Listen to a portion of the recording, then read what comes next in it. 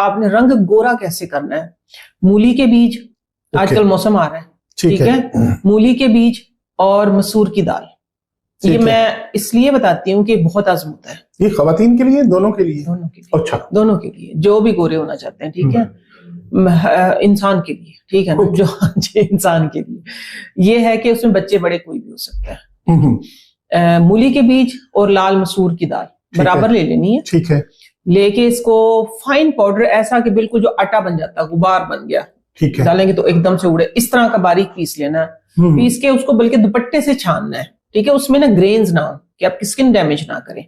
फिर आपने करना है, ये दही में इसको मिक्स कर लें, मूली के बीज में ना थोड़ी सी स्मेल होती है मूली की, तो उसको आधे घंटे फेस पे लगाएं। इवन कि जिन आजकल शादियों का मौसम आ रहा है, ठीक है, जिनकी लड़कियों की शादी होनी, लड़कों की शादी होनी है, वो कम से कम आधा घंटा अपने आप को दें और ये लगाए। मैं बताती हूँ, महंगे महंगे फेशियल जो है ना, वो स्क्रब और फेशियल सबसे जान छूटेगी।